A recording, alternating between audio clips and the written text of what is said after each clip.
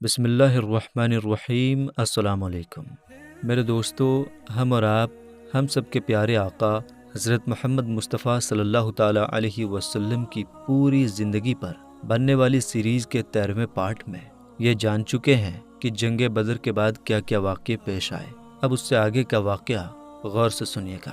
دوستو، ہم سب اس بڑی جنگ کے بارے میں جانیں گے جسے اسلام کے اتہاس میں جنگ احد کے نام سے جانا جاتا ہے، اور یہ جنگ اسلام کے اتہاس میں بڑا مرتبہ رکھتی ہے، اس لیے کیونکہ اس میں کئی صحابہ کرام رضوان اللہ علیہم اجمعین شہید ہوئے۔ سن 3 ہجری میں جتنے واقعات پیش آئے ان میں سب سے بڑا واقعہ جنگ احد ہے۔ احد ایک پہاڑ کا نام ہے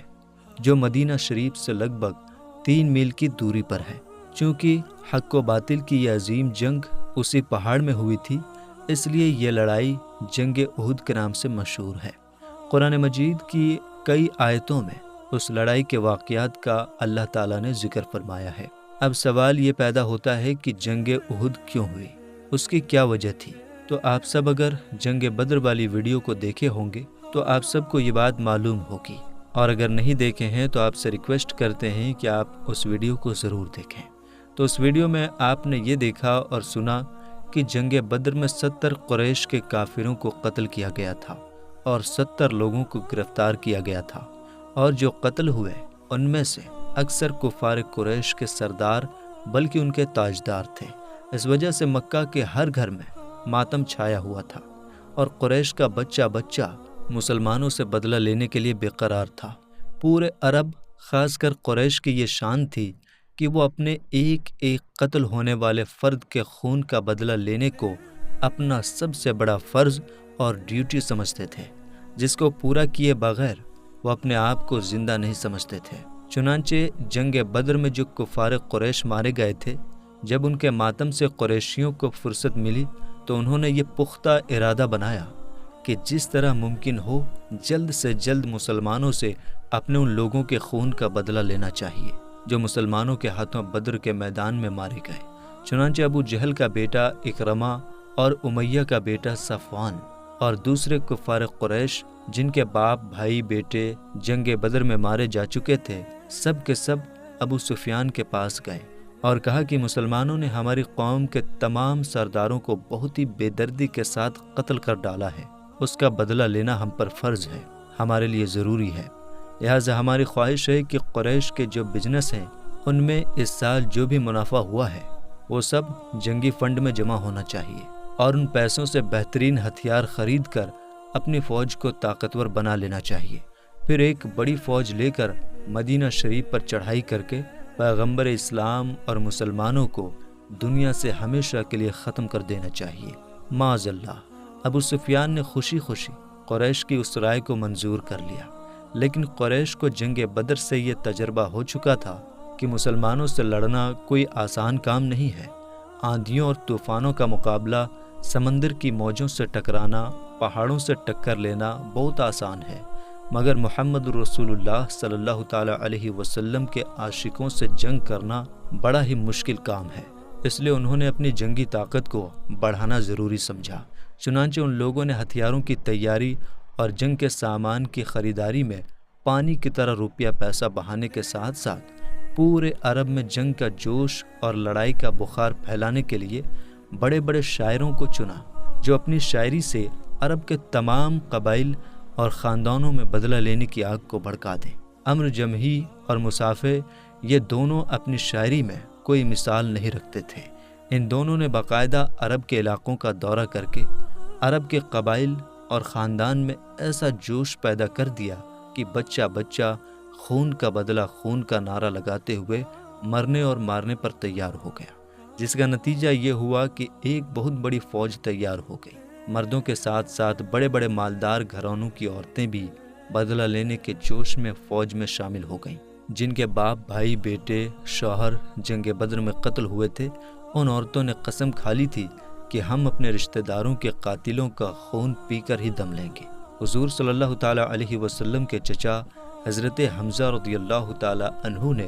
ابو سفیان کی بیوی ہند کے باپ عتبہ اور جبیر بن مطعم کے چچا کو جنگ بدر میں قتل کیا تھا۔ اس وجہ سے ہند نے وحشی نامی غلام کو، جو جبیر بن مطعم کا غلام تھا، حضرت حمزہ رضی اللہ تعالی عنہ کے قتل پر تیار کیا اور وعدہ کیا کہ اگر اس نے حضرت امیر حمزہ رضی اللہ تعالی عنہ کو قتل کر دیا تو وہ اس کی خدمت کے صلے میں آزاد کر دیا جائے گا۔ اب وقت آ گیا کہ مکہ کے کفار بہت ہی جوش و خروش اور بہت بڑی تیاری کے ساتھ مکہ سے مدینہ کے لیے روانہ ہو گئے، اور ابو سفیان اس بڑی فوج کا کمانڈر بنا۔ حضور صلی اللہ تعالی علیہ وسلم کے چچا حضرت عباس رضی اللہ تعالی عنہ جو مسلمان ہو چکے تھے، لیکن ان کے مسلمان ہونے کے بارے میں لوگوں کو معلوم نہیں تھا، وہ مکہ میں رہتے تھے۔ انہوں نے ایک خط لکھ کر حضور صلی اللہ تعالی علیہ وسلم کو کفار قریش کی اس تیاری کے بارے میں بتایا جو انہوں نے کیا تھا۔ جب حضور صلی اللہ تعالی علیہ وسلم کو یہ خوفناک خبر ملی تو آپ نے 5 شوال سن 3 ہجری کو حضرت ادیب ان خزالہ رضی اللہ تعالی عنہ کے دونوں لڑکے حضرت انس اور حضرت منیس رضی اللہ تعالی عنہما کو جاسوس بنا کر کفار قریش کے فوج کی خبر لانے کے لیے روانہ فرمایا۔ چنانچہ ان دونوں نے آ کر یہ پریشان کن خبر سنائی کہ ابو سفیان کی فوج مدینہ کے بالکل قریب آ گئی ہے۔ ان کے اور ان کے گھوڑے مدینہ کی چراگاہ کے تمام گھاس چر گئے۔ یہ خبر سن کر 14 شوال سن 3 ہجری جمعہ کی رات میں حضرت سعد بن معاذ، حضرت اسید بن حضیر، حضرت سعد بن عبادہ رضی اللہ تعالی عنہم اجمعین ہتھیار لے کر چند انصار صحابہ کے ساتھ رات بھر حضور صلی اللہ تعالی علیہ وسلم کے مقدس گھر کا پہرا دیتے رہے، اور شہر مدینہ کے اہم ناکوں پر بھی انصار کا پہرا بٹھا دیا گیا۔ صبح کو حضور صلی اللہ تعالی علیہ وسلم نے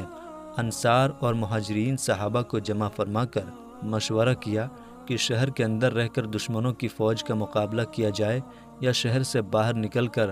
میدان میں یہ جنگ لڑی جائے۔ مہاجرین صحابہ نے عام طور پر اور انصار میں سے بڑے بوڑھوں نے یہ رائے دی کہ عورتوں اور بچوں کو قلعوں میں محفوظ کر دیا جائے اور شہر کے اندر رہ کر دشمنوں کا مقابلہ کیا جائے۔ منافقوں کا سردار عبداللہ بن ابی بھی اس مجلس میں موجود تھا۔ اس نے بھی یہی کہا کہ شہر میں رہ کر کفار قریش کے حملوں سے بچنے کا اپائے کیا جائے، مگر کچھ کم عمر نوجوان جو جنگ بدر میں شریک نہیں ہوئے تھے، وہ جہاد کے جوش میں آپے سے باہر ہو رہے تھے۔ وہ اس رائے پر اڑ گئے کہ میدان میں نکل کر ان دشمنان اسلام سے فیصلہ کن جنگ لڑی جائے۔ حضور صلی اللہ تعالی علیہ وسلم نے سب کی رائے سن لی، پھر مکان میں جا کر ہتھیار لیا اور باہر تشریف لائے۔ اب تمام لوگ اس بات پر سہمت ہو گئے کہ شہر کے اندر ہی رہ کر کفار قریش کے حملوں کو روکا جائے، مگر حضور صلی اللہ تعالی علیہ وسلم نے فرمایا کہ پیغمبر کے لیے یہ بہتر نہیں ہے کہ ہتھیار پہن کر اتار دے، یہاں تک کہ اللہ تعالیٰ اس کے اور اس کے دشمنوں کے بیچ فیصلہ فرما دے۔ اب تم لوگ خدا کا نام لے کر میدان میں نکل پڑو۔ اگر تم لوگ صبر کے ساتھ میدان جنگ میں ڈٹے رہو گے تو ضرور تمہاری جیت ہوگی۔ پھر حضور صلی اللہ تعالی علیہ وسلم نے مدینہ منورہ میں موجود انصاری صحابہ کے قبیلہ اور خاندان اوس کا جھنڈا حضرت اسید بن حضیر رضی اللہ تعالی عنہ کو اور قبیلہ خزرج کا جھنڈا حضرت خباب بن منذر رضی اللہ تعالی عنہ کو اور مہاجرین کا جھنڈا فاتح خیبر حضرت علی مرتضیٰ رضی اللہ تعالی عنہ کو دیا، اور 1000 کی فوج لے کر مدینہ سے باہر نکلے۔ حضور صلی اللہ تعالی علیہ وسلم نے شہر سے نکلتے ہی دیکھا کہ ایک فوج چلی آ رہی ہے۔ آپ نے پوچھا کہ یہ کون لوگ ہیں؟ لوگوں نے عرض کیا، بتایا کہ یا رسول اللہ صلی اللہ تعالی علیہ وسلم، یہ رئیس المنافقین، منافقوں کے سردار عبداللہ بن ابی کے دوست یہودیوں کی فوج ہے جو آپ کی مدد کے لیے آ رہی ہے۔ آپ نے ارشاد فرمایا کہ ان لوگوں سے کہہ دو کہ واپس لوٹ جائیں، ہم مشرکوں کے مقابلے میں مشرکوں کی مدد نہیں لیں گے۔ چنانچہ یہودیوں کی یہ فوج واپس چلی گئی۔ پھر عبداللہ بن ابی منافقوں کا سردار بھی، جو 300 آدمیوں کو لے کر حضور صلی اللہ تعالی علیہ وسلم کے ساتھ آیا تھا، یہ کہہ کر واپس چلا گیا کہ محمد صلی اللہ تعالی علیہ وسلم نے میرا مشورہ قبول نہیں کیا اور میری رائے کے خلاف میدان میں نکل پڑے، لہٰذا میں ان کا ساتھ نہیں دوں گا۔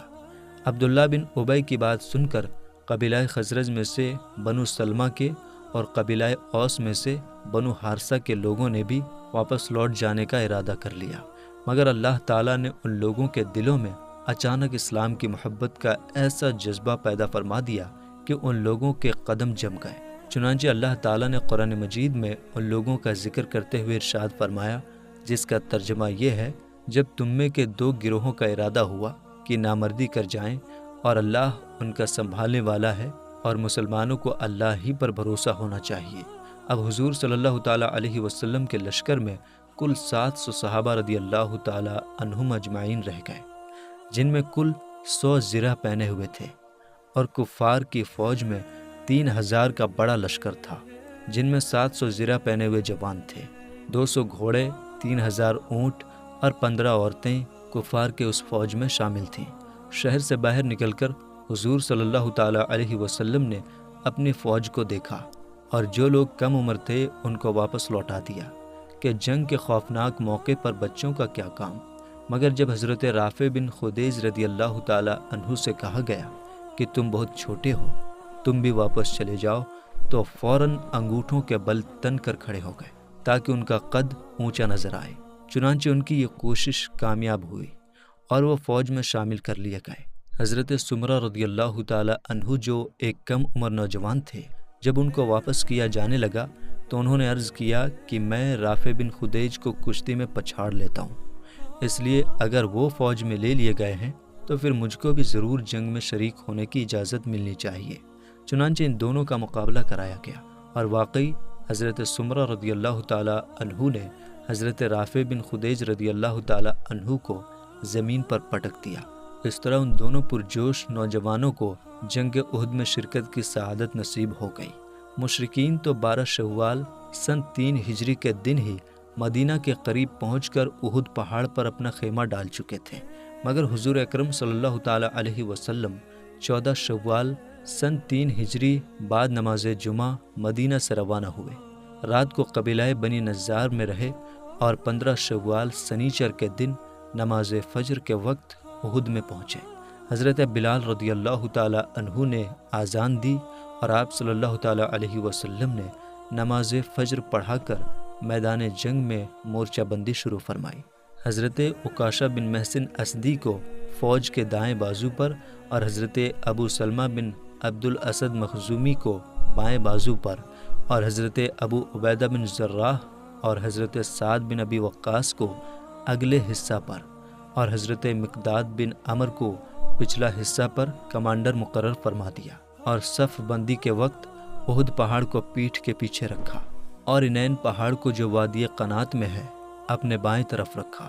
فوج کے پیچھے پہاڑ میں ایک چھوٹا راستہ تھا جس میں سے گزر کر کفار قریش مسلمانوں کی لائنوں کے پیچھے سے حملہ کر سکتے تھے، اس لیے حضور صلی اللہ تعالیٰ علیہ وسلم نے اس تنگ اور چھوٹے راستے کی حفاظت کے لیے 50 تیر اندازوں کو مقرر فرما دیا اور حضرت عبداللہ بن زبیر رضی اللہ تعالیٰ عنہ کو ان 50 لوگوں کا کمانڈر بنا دیا اور یہ حکم دیا کہ دیکھو، ہم چاہے جیت حاصل کریں یا ہماری ہار ہو، مگر تم لوگ اپنی جگہ سے اس وقت تک نہ ہٹنا جب تک میں تمہارے پاس کسی کو نہ بھیجوں۔ مشرکین نے بھی بہت ہی قاعدے کے ساتھ اپنی لائنوں کو درست کیا، چنانچہ انہوں نے اپنی فوج کے بائیں طرف خالد بن ولید کو اور بائیں طرف اکرمہ بن ابی جہل کو افسر اور کمانڈر بنا دیا۔ ان لوگوں کا گروپ جو گھوڑوں پر سوار تھے صفوان بن امیہ کی کمانڈری میں تھا۔ تیر اندازوں کا ایک گروپ الگ تھا جن کا سردار عبداللہ بن ربیعہ تھا، اور پوری فوج کا کمانڈر طلحہ بن ابی طلحہ تھا جو قبیلہ بنی عبدالدار کا ایک آدمی ہے۔ حضور صلی اللہ تعالیٰ علیہ وسلم نے جب دیکھا کہ پورے لشکر کفار کا کمانڈر قبیلہ بنی عبدالدار کا ایک آدمی ہے تو آپ نے بھی اسلامی لشکر کا جھنڈا حضرت مصعب بن عمیر رضی اللہ تعالیٰ عنہ کو عطا فرما دیا جو قبیلہ بنو عبدالدار ہی سے تھے۔ تو میرے دوستو، فی الحال کے اس پارٹ میں اتنا ہی، ملیں گے انشاءاللہ تعالیٰ اگلے پارٹ میں، تب تک کے لیے السلام علیکم، اللہ حافظ۔